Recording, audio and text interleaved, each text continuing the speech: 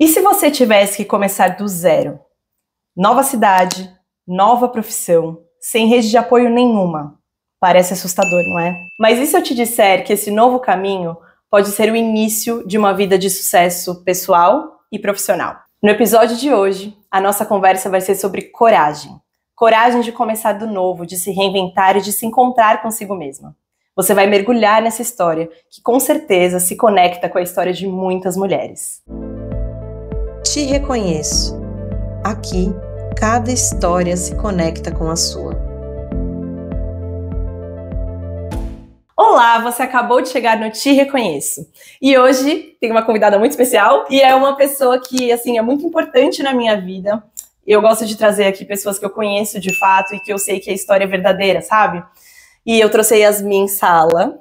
A Yas é muito especial, ela é uma mulher de muita fibra, de muita garra, que me inspira muito e me ensina muito todos os dias. Não chora. E eu não podia deixar de trazê-la aqui, porque ela tem uma história muito interessante, assim. Um dia a gente estava conversando, a gente já era amiga, e ela começou a me contar, assim, o início da carreira dela profissional, do que ela faz agora, né, porque ela teve outras funções lá no passado. E tudo que ela passou profissionalmente traz também na vida pessoal e vice-versa, e ensina muita gente. Eu falei, cara, as pessoas precisam escutar a sua história. Então, para começar, eu queria perguntar para você, quem é você hoje?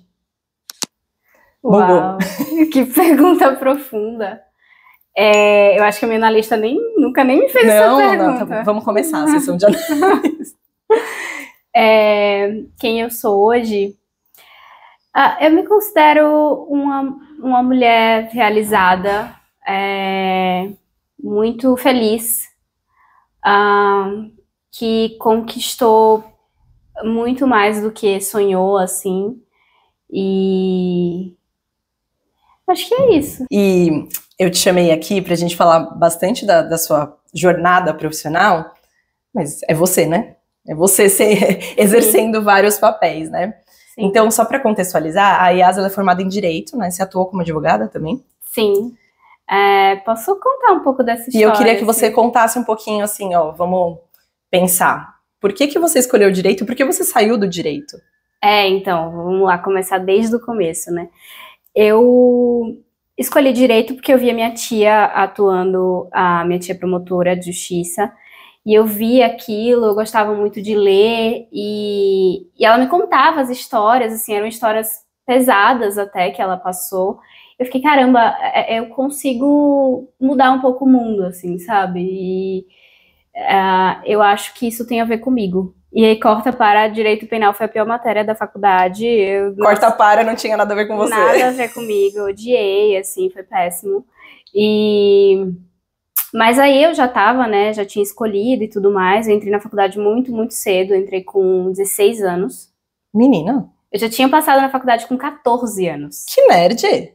Oxi. No primeiro ano da escola, eu fiz pra testar, assim, sabe? No primeiro ano? Eu fiz pra, tipo, que chama agora de treineiro, né? Treineiro, isso. E aí eu fiz, passei, e aí minha mãe tinha um esquema lá, assim, pra a gente fazer o supletivo, e aí depois liberarem a gente pra poder fazer a faculdade, mas a minha mãe falou, não, você... Eu entrei na escola com 1 ano e meio, tipo, e aí segui, sabe? Eu não repeti o ano.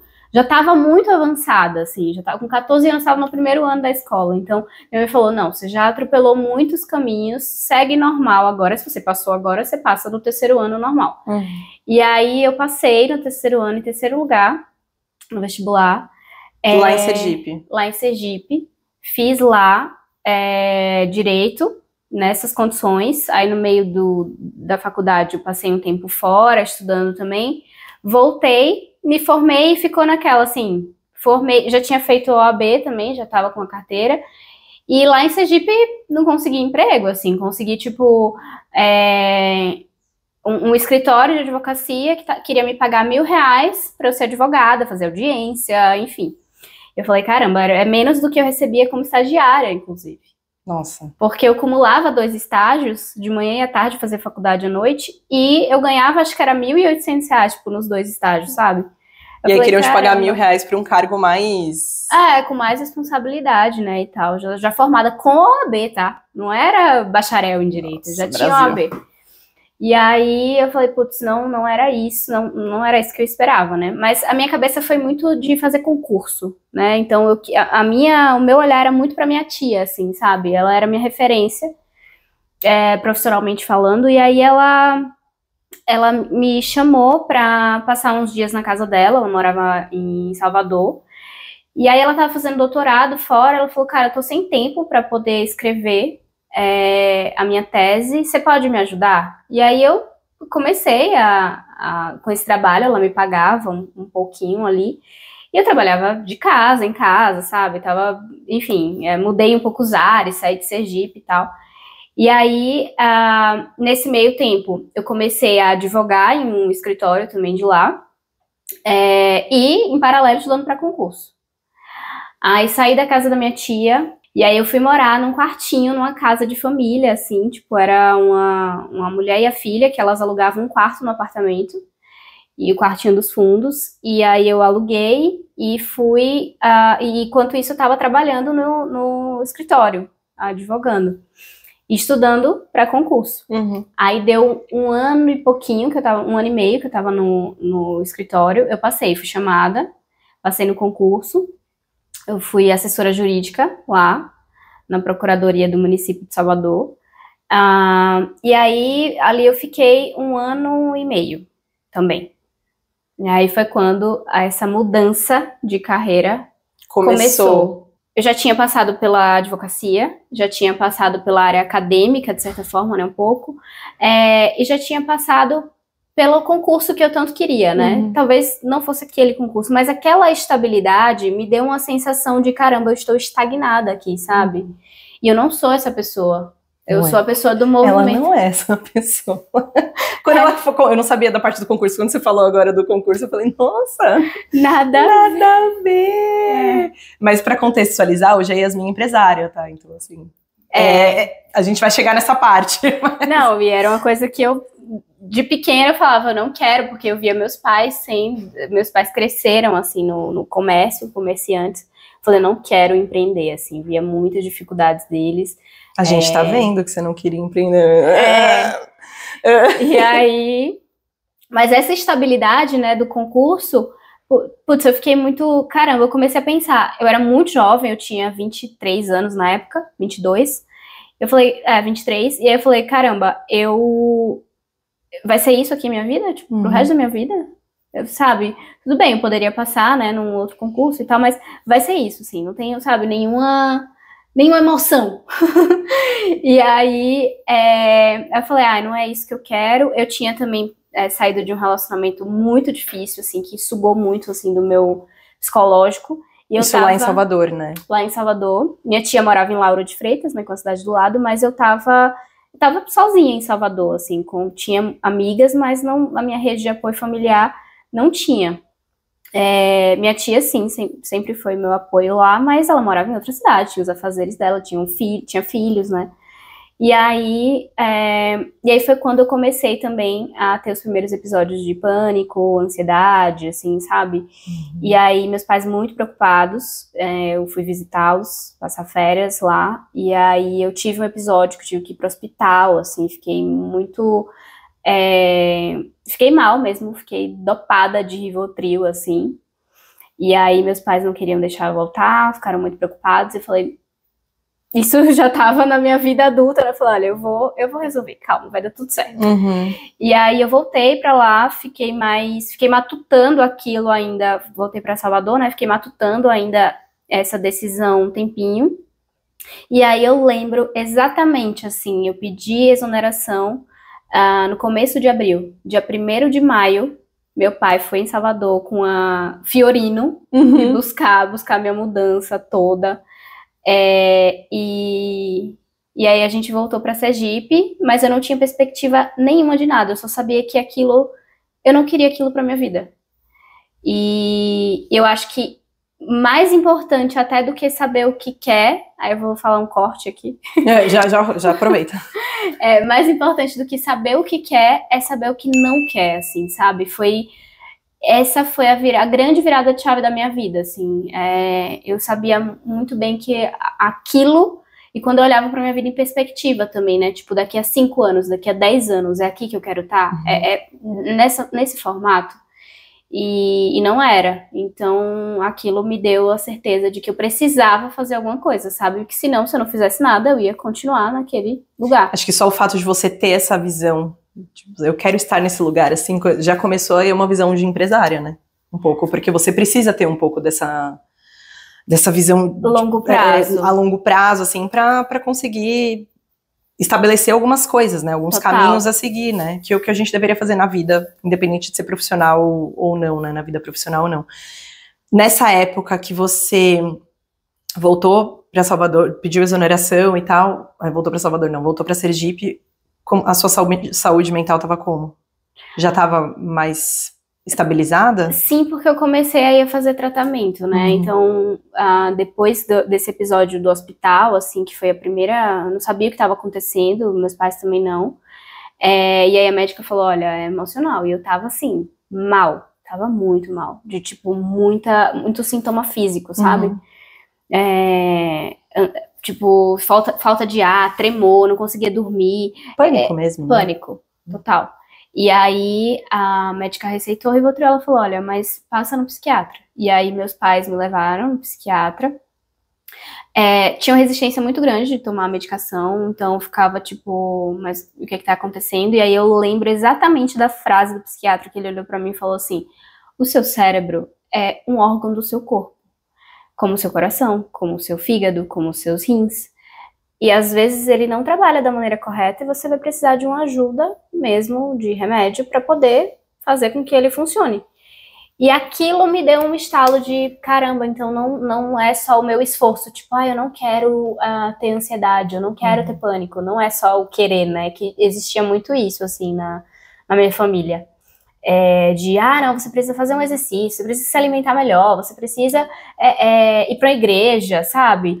Tem todas essas coisas podem ajudar, né? Mas a saúde mental às vezes não é levada a sério, né? Você tá com uma diabetes, você vai tomar remédio, né? Exato. Vai melhorar a alimentação, vai fazer exercício, mas às vezes você precisa tomar remédio. Exatamente. E é isso, uma coisa não exclui a outra, né? Mas na cabeça da minha família e pra mim era assim, exclui. Tipo, se eu não fizer tudo o que manda o repertório, assim, de me cuidar fora dos remédios, não tá valendo. Não tá valendo, sabe? E aí, quando ele falou isso, que até para os meus pais, assim, os meus pais entenderam a seriedade, sabe? A gravidade da situação. E aí, aí foi quando eu comecei a fazer o tratamento certinho. E aí, depois, quando eu me mudei, minha cabeça já tava melhor e tudo mais. Mas é isso, eu ainda tava uma incógnita, assim, eu não sabia o que eu ia fazer da vida ainda. Então vamos chegar nesse momento agora. A transição de carreira mesmo. Que conta um pouquinho do que você faz hoje, né? E como você começou nessa jornada. Hoje eu tenho uma produtora audiovisual em sociedade com o Fábio, meu marido. E a gente se conheceu no trabalho também, trabalhando juntos. Eu saí de direito e fui para a área de marketing, assim. Então, primeiro eu comecei na empresa do meu pai, porque eu voltei para Sergipe, eu sabia que eu não queria mais nada com direito, mas eu não sabia o quê. E aí meu pai precisava de um braço e eu falei, putz, eu posso te ajudar. Eu fiquei fazendo parte do financeiro dele também e o marketing, que ele não investia em muito pouco, assim, sabe?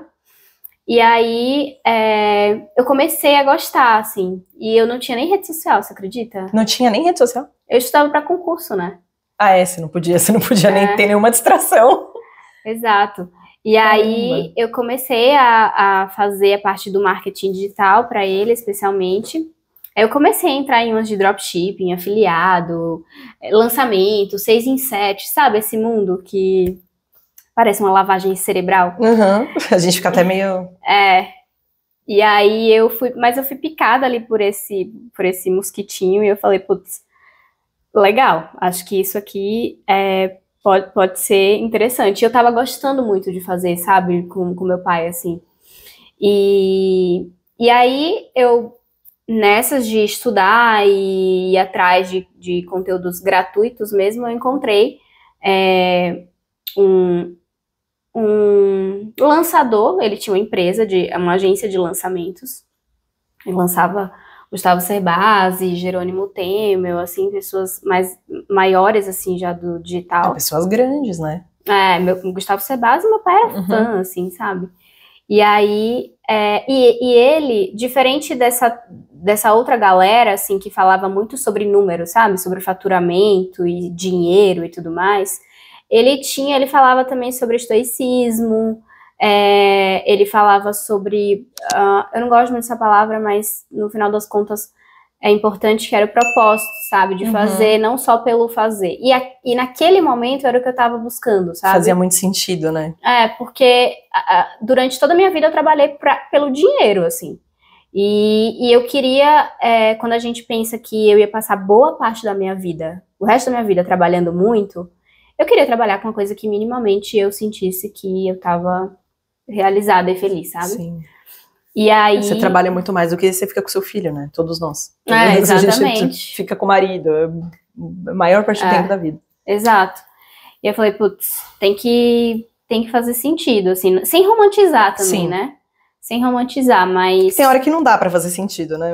Tem hora que não... mas eu tenho noção também dos meus privilégios, assim, sabe? Poder escolher com o que trabalhar, tipo, poder escolher.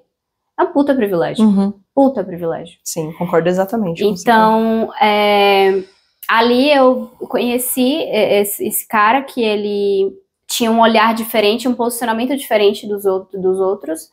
E aí eu mandei uma mensagem pra ele, e contando um pouco da minha história. E falei assim, putz, eu quero, se tiver alguma vaga aí na agência, eu topo fazer qualquer coisa, assim, sabe? Tipo, qualquer coisa. E aí ele gostou da minha mensagem, achei que ele nem ia responder, sabe? Falei, não tô perdendo nada, não, eu já tenho mesmo. Aí mandei uma mensagem, e aí ele respondeu no outro dia de manhã, eu mandei mensagem na segunda noite. Na terça-feira de manhã ele me respondeu. E ele tinha, sei lá, 50 mil seguidores, eu achava que era, meu Deus, era gigantesco. Mas na época acho que até era, não é? Foi 2019. Isso. Porque hoje em dia 50 mil não é muito, mas teve uma fase que 10 mil você já tava arrasando, né? Exato. E aí ele me respondeu, ele falou assim, vai ter um evento aqui no sábado, você consegue vir? Eu lá em Sergipe. Eu amo essa história, sério. Aí eu fui ver a passagem, tava 3 mil e poucos reais de ida e volta. E aí eu nem titubeei, eu tava muito ferrada de dinheiro, eu não tinha dinheiro absolutamente pra nada, assim. E aí eu falei, consigo. Claro! Com certeza, estarei aí. Aonde me passa o endereço, o horário? Ele, não, a minha assessora vai entrar em contato com você e tal, pra passar tudo certinho. Comprei a passagem na mesma hora, não tinha falado absolutamente nada pra ninguém, meus pais, nada. E aí, eu lembro de eu falar pro meu pai, eu falei assim, eu tenho um evento no sábado em São Paulo e tal, e eu vou pra lá. Ele, como? Como assim? Terça-feira, no sábado? Em São Paulo? Tipo, eu falei, eu dividi a passagem pra 10 vezes, não sei o que vai ser, eu vou encontrar um cara que eu conheci na internet.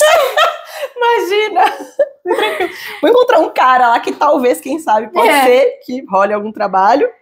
E aí, meu pai, assim, tipo, tá, mas você procurou saber desse cara? Tipo, você fez a ficha, assim, o FBI, e o meu lado advogado também, né, ativou. Eu falei, não, é idôneo e tal, tá tudo certo, eu fiz a pesquisa, fiz o meu dever de casa, tá tudo bem. Mas foi muito rolê. Nossa, se eu contar todos os detalhes, meu Deus. Eu fui Aí eu falei pro meu pai que eu ia ficar num hotel, e ele tá sabendo hoje que, na verdade, eu fiquei na casa de um outro amigo que... Ei, pai da Yas! Olá!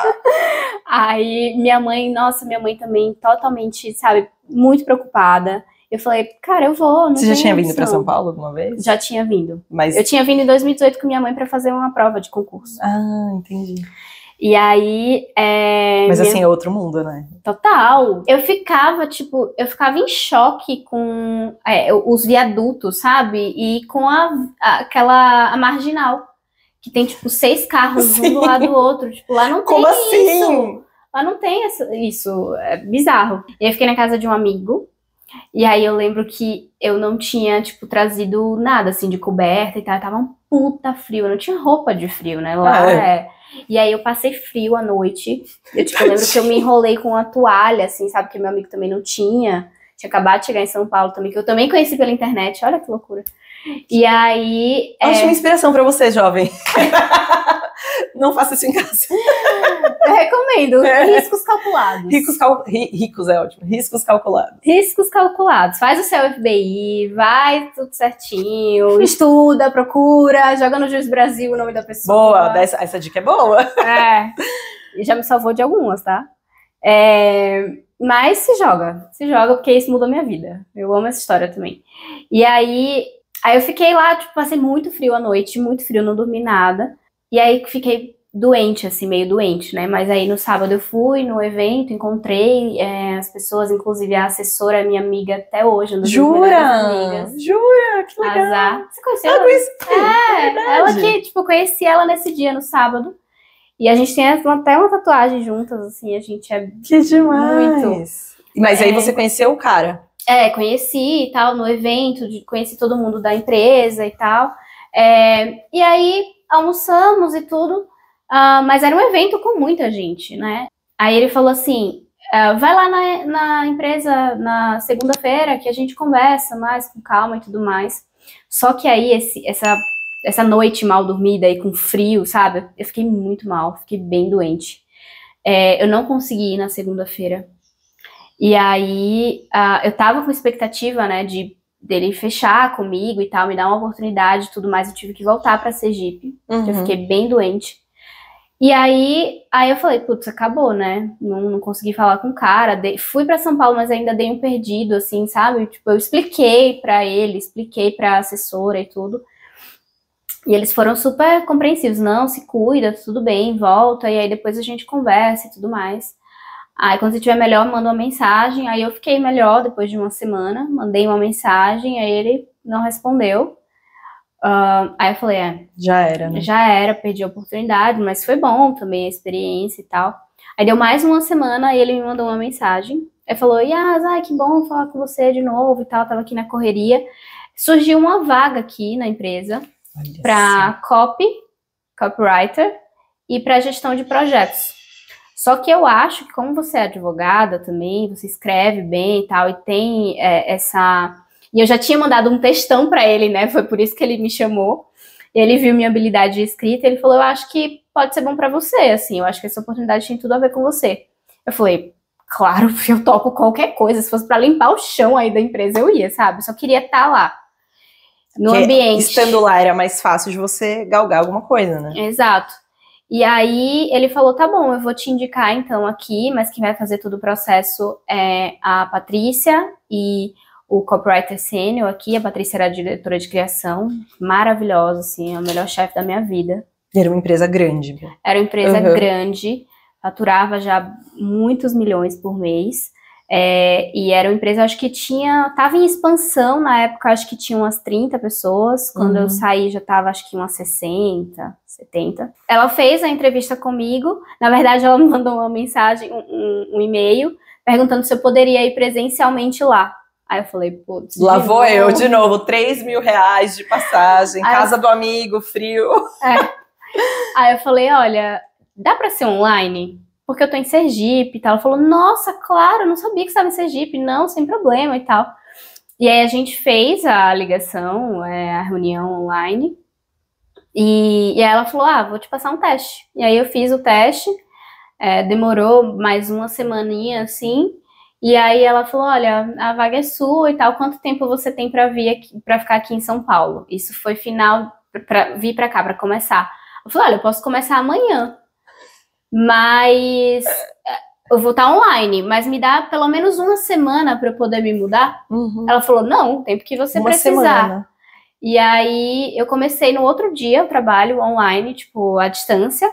Enquanto isso eu fui organizando as coisas, né? Imagina, mudar para São Paulo, não tinha ninguém aqui, nenhuma família, nada. É isso que eu ia chegar nesse ponto, você não tinha nada, você veio na cara e na coragem. Eu vim na cara e na coragem, assim, não tinha um tio da minha mãe que morava em São Bernardo do Campo, sabe? Mas não era nem... Nossa, não, nada, zero rede de apoio, assim. E eu não conhecia absolutamente nada de São Paulo. Não era uma cidade que, caramba, eu venho direto com a minha família. Não. Vim pra São Paulo uma vez com a minha mãe pra poder fazer uma prova de concurso, Fez a prova, voltou, né? Tipo isso. Não foi na 25. Exato. Aquele rolê. Ô, Yasmin, deixa eu aproveitar esse gancho que você deu. Você falou que você não conhecia ninguém e tal. O que você lembra? Qual era a sua sensação? Se você sentiu medo, se a sua motivação estava maior do que tudo isso? Imagino que sim, óbvio, porque senão você não teria feito essa mudança toda, mas o que você sentiu, assim, com esse passo tão grande que você ia dar? Duas coisas, assim. A primeira de todas era, eu não tenho nada a perder. Eu não tenho nada a perder. Tipo, eu não tinha dinheiro, eu não tinha casa, não tinha família, não tinha filho. Família, assim, tipo... Tinha meus pais. A sua construção de família. Exato. Né? Mas eu não tinha nada a perder. Então eu falei, cara, eu vou arriscar. Quando a gente não tem nada a perder, arriscar é mais fácil, sabe? Isso é uma coisa até que hoje eu tenho me forçado a arriscar, sabe? Mas que hoje eu tenho muito mais a perder. Então acho que a primeira coisa foi, cara, não tenho nada a perder. E a segunda coisa foi, se der errado, eu recalculo mais uma vez, sabe? Eu refaço a minha vida, tenho pra onde voltar, isso também é muito importante, é uma base muito importante. Muito embora meus pais tivessem sido totalmente contra essa mudança na minha vida, minha mãe especialmente, muito, tipo, chorou, sabe? Nossa, foi muito, muito difícil pra ela. Mas meu pai, ele se joga, se der errado, eu vou lá te buscar de Fiorino, sabe? Então, Isso dá uma segurança, né? Total. Você ter pra onde voltar, né? Total. E o que eu ia te perguntar, que eu acho muito curioso, e acho que é uma das coisas, assim, que eu fico assim, nossa, olha essa Yasmin, gente, que eu fico admirando, e que você tá tentando me ensinar isso aí, que eu não tô conseguindo muito bem, mas tá você escreveu a mensagem pro cara, pica das galáxias, desculpa, queria falar isso, mas vou falar... Do nada, assim, você foi lá e foi, e às vezes a gente fica, e eu falo por mim, assim, ai meu Deus, eu vou mandar uma mensagem, vou pedir, vou falar e tal, até quase como acho que eu posso falar desse lugar, assim, é inconsciente, mas quase que uma arrogância, assim, de me colocar nessa situação de, como se eu estivesse pedindo um favor e tal, e você faz isso muito bem, não de pedir favor necessariamente, né, mas nessa fase tão jovem, você já chegou lá e falou com um cara que você nunca tinha ouvido falar na vida, que tinha uma experiência profissional grande, que era, sei lá, alguém que você almejava se aproximar, e você foi sem medo. Sim. Você sempre teve isso? Da onde veio isso? É inato? Você treinou? Cara, eu acho que meus pais são assim, minha mãe especialmente, esse mérito é todo dela, assim, E isso é no exemplo. Ela tentou também me ensinar muito no falar, mas eu absorvi muito vendo ela, sabe? Ela é a pessoa fazedora. Minha mãe, ela vai e faz, assim, sabe? Não tem tempo ruim. Não tem, tipo, nada. Ela vai e faz, assim. Ela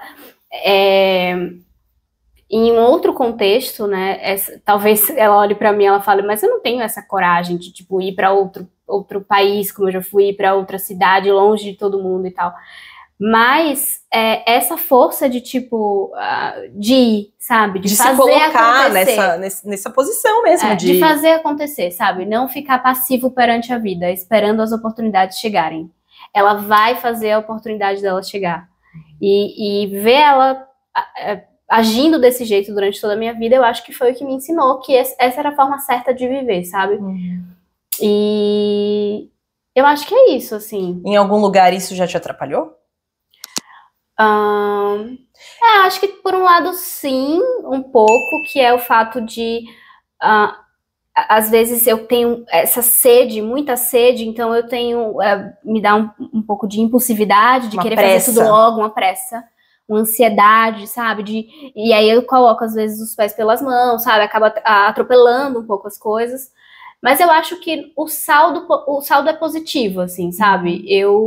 Porque é isso, se eu errei, putz, caramba, deixa eu recalcular, voltei. Você tem uma facilidade de recalcular a rota também, né? Isso é bom, porque se você fosse só fazendo, uma hora que desse errado, você ia, parei, deu tudo errado, nunca mais vou fazer. Exato, exato. Isso sim, é uma facilidade, assim, de realmente de ser, de me adaptar às situações. E aí, a partir daí, você foi desenvolvendo sua carreira na área de marketing. Isso. E qual foi o ponto que chegou à empresa? Putz, foi bem natural, assim, eu já fazia freelas nessa época, da primeira empresa que eu trabalhei aqui. E as pessoas me procuravam, né, porque era uma empresa grande, e esse meu mentor na época, ele que foi quem me indicou, né, para a empresa, ele falava muito dessa história, assim, para outras pessoas, né, e outras pessoas ficavam, meu Deus, caramba. E aí me procuravam, me chamavam para outros trabalhos, ele tipo, tinha uma rede ali de profissionais também que confiavam muito nele, ele falava muito de mim e tal, então ele também me abriu muitas portas. E aí eu comecei a fazer trabalhos por fora, aí depois eu fui para o mercado corporativo, eu queria muito ter uma oportunidade numa empresa grande, foi onde eu conheci o Fábio, inclusive, e era uma empresa que era focado no que eu fazia, que era copy, né, então era uma empresa focada nisso, eu queria muito trabalhar lá. Consegui, e aí lá dentro conheci outras pessoas que foram me apresentando a outras, e aí me chamaram para outro trabalho no mercado corporativo, em outra empresa. Mas você sempre se mostra para as pessoas, né? No sentido bom da palavra, de você estar sempre em contato, você se movimenta para que tudo isso aconteça, né? Total. Eu tô reforçando isso porque eu acho que isso é uma coisa muito valiosa, assim, da sua forma de ser. E eu acho que isso ensina muito para as pessoas. Para mim, ensina demais. Eu acho que uma coisa, assim, também é me colocar à disposição, sabe? Tipo, eu acho que uma coisa nessa jornada, especialmente na mensagem que eu mandei pra ele, eu acho que durante toda a minha jornada profissional eu estava disponível para as pessoas, assim.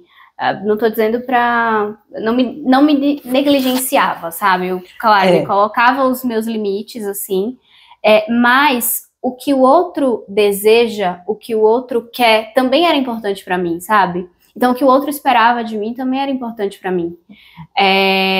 Então, claro, não era no sentido que me adoecia, sabe? Ao ponto de, caramba, o que ele pensa de mim, sabe, me consome de tal forma. Não, era assim, caramba, a minha chefe, ou essa pessoa, ela depositou essa confiança em mim. Você tem uma responsabilidade. Exatamente, eu tenho uma responsabilidade de entregar à altura. Então, eu me dedicava, eu estudava, eu entregava o a mais, sabe? Sempre o a mais. Então, até por isso, porque eu também queria ser reconhecida, que as pessoas também falassem de mim para outras pessoas, né? No bom sentido. E nenhum problema em relação a isso, né? Nenhum problema. Então, eu acho que isso também é uma característica que foi importante, assim, na minha jornada, sabe? E que também me ajudou a fazer várias conexões. E aí, nesse último emprego que eu tive, que também fui chamada para trabalhar lá, tipo, essas conexões que eu fiz, né? A Helena de Guide me chamou para trabalhar, que era uma copywriter, acho que uma das maiores do Brasil, assim. Ela me chamou para trabalhar na empresa que ela estava indo, eu fui, ficamos lá, acho que 1 ano, mais ou menos, e aí eles fizeram um corte, assim, demitiram todo mundo da equipe, no recálculo de rota da empresa mesmo, saiu muita gente, e aí, nesse meio tempo, eu falei, putz, eu não quero mais, já tava voltando a galera a trabalhar presencial e tal, eu falei, putz, eu não quero trabalhar presencial mais. E aí eu já tava com muitos freelas, assim, muita galera vindo atrás de mim e tal. E aí eu continuei, sabe? E aí eu só continuei abrindo essas portas, porque eu queria trabalhar de casa. Então, sempre fazendo muita conexão, ainda que home office, sabe? Sim. Mas me conectando com pessoas sempre, e me colocando sempre à disposição para contribuir, assim, para ajudar, para aprender, sabe? Você podia ter continuado só como freela, e por que você formalizou isso, vamos dizer assim, né? Eu acho que essa visão de longo prazo também, assim, eu vivia de freela e eu falava, putz, isso aqui não é sustentável, né, porque uma hora, a minha hora, ela ela é contada, eu não tenho as 24 horas disponíveis, e mesmo se eu tivesse, né, só teria 24 horas para trabalhar. Então, como é que eu escalo aqui? Então, como é que eu tenho mais liberdade de tempo e eu também consigo ter mais dinheiro? Então, eu preciso delegar, eu preciso trazer mais gente, eu preciso transformar isso realmente num negócio. Porque se só ficasse comigo, eu ia ter uma limitação. Sim. Né? Sempre uma limitação, ainda que eu cobrasse mais, mas ia ter um teto. Então, acho que essa visão de longo prazo foi o que me incentivou a fazer esse movimento, assim, profissionalizar mesmo a empresa, trazer mais gente, crescer, sabe? Investir mesmo no negócio. E você sente que em algum momento o ego te atrapalhou nisso ou não? Porque eu acho que o ego atrapalha muito as pessoas para darem espaço, de delegar, de sair até do operacional, né? Sim. Mesmo que seja para uma coisa melhor, assim. Todo mundo fala assim, existe muito isso no mercado de que, caramba, eu vou delegar, mas ninguém vai fazer tão bem quanto eu, né? Isso que você tá falando, né? Cara, eu nunca tive esse problema, assim. Nunca foi um problema para mim, porque eu acho que tem um negócio que veio também muito cedo, para mim, que eu prefiro ter 10% de 100 do que 100% de nada, sabe? Então, para eu ter 10% de alguma coisa, eu preciso delegar, né? Então, eu acho que é mais inteligente nesse sentido. Porque se eu ficar... Se eu ficasse presa ao ego, né, de caramba, só eu sei fazer o melhor e tal, eu ia continuar presa no meu ego, mas também na minha limitação. Eu acho que o meu olhar nunca foi pra vaidade, mas foi para o dinheiro, sendo bem sincera, bem transparente. Que assim. Ótimo. Meu olhar sempre foi pra alavancar, crescer, ganhar mais, sabe? E eu ia fazer o que fosse preciso, assim, pra isso. Claro, dentro da legalidade. Sendo ética, por favor, obrigada. Por favor. Mas se para ganhar mais eu precisava fazer isso, putz, não foi uma dor, assim, sabe, minha, tipo, tenho que delegar. Até porque eu acho que, pelo contrário, assim, existe uma certeza dentro de mim de que eu não sou a melhor pessoa para fazer as coisas todas, sabe? Todas, é impossível. E até... Ainda mais quando você faz várias coisas, né? E até dentro do que eu faço. Eu sei que eu sou uma profissional generalista. Eu aprendi isso também abaixou um pouco a minha bola, sabe? Eu acho que quando a pessoa, caramba, eu me dediquei tanto a minha vida inteira para ser redatora publicitária, um exemplo, e toda a minha experiência, tudo girou em torno disso. Não foi o meu caso, assim, eu já transitei por vários mundos, sabe? Fui pro direito, aí eu fiz concurso, aí eu fui advogada, aí eu fui redatora, e depois eu fui estrategista. Então, assim, eu gosto, essa pluralidade, né? Faz parte de mim. Então, eu sei que eu sou um pouco boa em várias coisas. Eu não sou, tipo, excelente em uma coisa só.